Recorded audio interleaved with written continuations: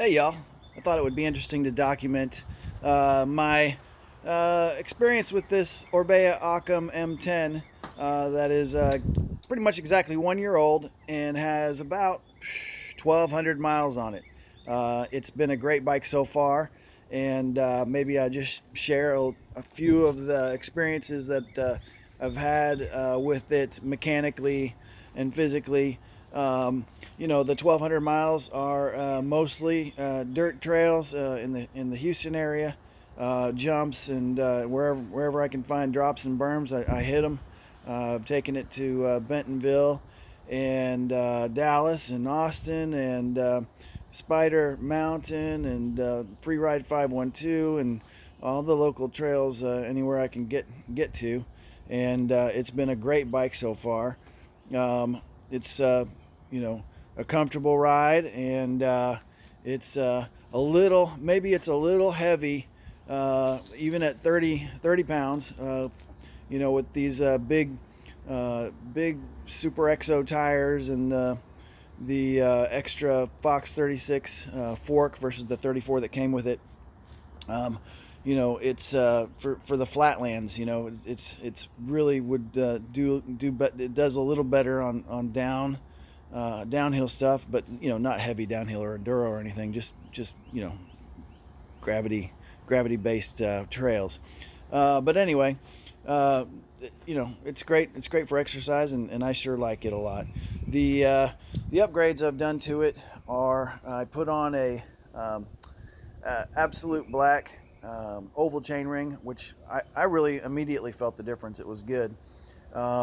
I had to upgrade the dropper post on it, and I got the Fox Transfer, the Orbea dropper post. I just wore that thing out. It has some plastic slider pieces inside that just kept shaving off plastic, and I'd have to pull it apart and clean it off and re-grease it and put it back in. And then I did that 3 or 4 times, and then I had to buy a kit to clean, to replace the plastic pieces. And it took about a month to get that from Orbea, and I didn't want to wait, so I just got a Fox Transfer, and it's been great. I should have gone with the 200 millimeter. I've replaced a 150 with a 150, and it doesn't sit quite as deeply as the Orbea 150 did. And hindsight's 2020. Maybe when I can afford another upgrade, I'll go to 200. But this 150 is great, and it just doesn't quite drop as far as I'd like. Let's see what else. I replaced the back tire with an Aggressor. It had a DHR on there. The original DHF is still on the front, and I didn't notice too much. They say the Aggressor has a better rolling. Is a better rolling tire. I don't notice any difference there. Let's see. Of course, the Chromag seat was done to help add a little comfort versus the physique that came on it, and I've gone with some different grips over the time. I used the foam grips, which I thought would be more comfortable and create less numbness in my hands after I ride for an hour. I tend to get a little numb in the hands. That's more probably me than it is the bike. I've heard different setups can be helpful, or handlebars that swoop back a little more, but I think it's just me in this case. But in the end, I went with these lizard skins to try them out, and I really like having the better grip. These things just grip so tight, and I can control the bike a little bit better, and especially when I'm in the air, I can point the bike with those grips. They're great grips. Let's see what else. Little cosmetic things like this cap here. I've got Stamp 3 pedals on it, which have taken a beating and just are holding up fine. And a little Amazon carbon water bottle holder that usually does most of its work carrying around a speaker, so I can listen to tunes on the trails. I try not to bother people too much. I usually either going by them pretty quickly or they're going by me pretty quickly, so I'm not blasting folks with my music for too long or too loud. What else? The biggest problem I've had with this bike has been the XT derailleur in the back, and that thing is just a it needs maintenance a lot. You know, I do switch my gears a lot. I'm not trying to mash them out, and the clutch on it, this is my second one. The clutch on the first one just blew up.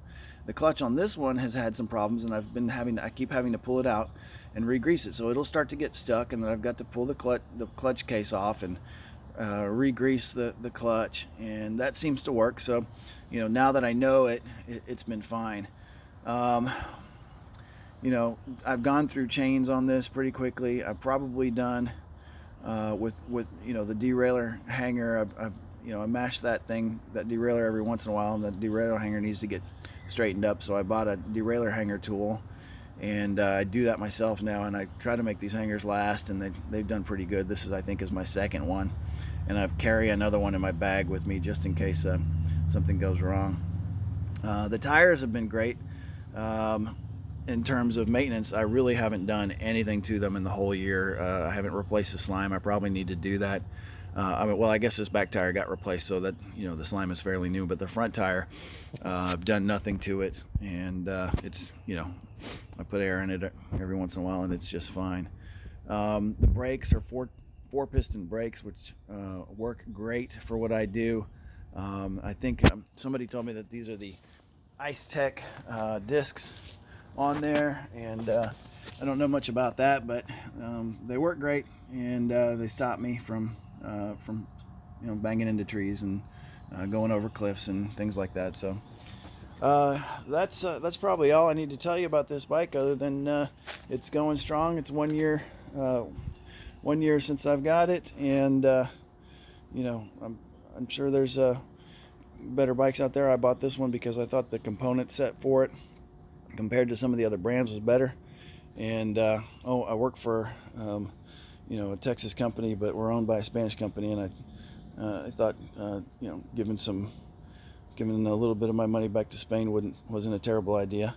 And I know they've got good engineers over there, and really like the way this bike looked. I customized the paint job on it when I ordered it. And anyway, that's my 1 year review on the Orbea Occam. I hope it wasn't too boring. I can kind of hear maybe it was a little bit, but let me know if you have any thoughts, or if you've got an Occam, or if you're thinking of getting one. And good luck and happy riding.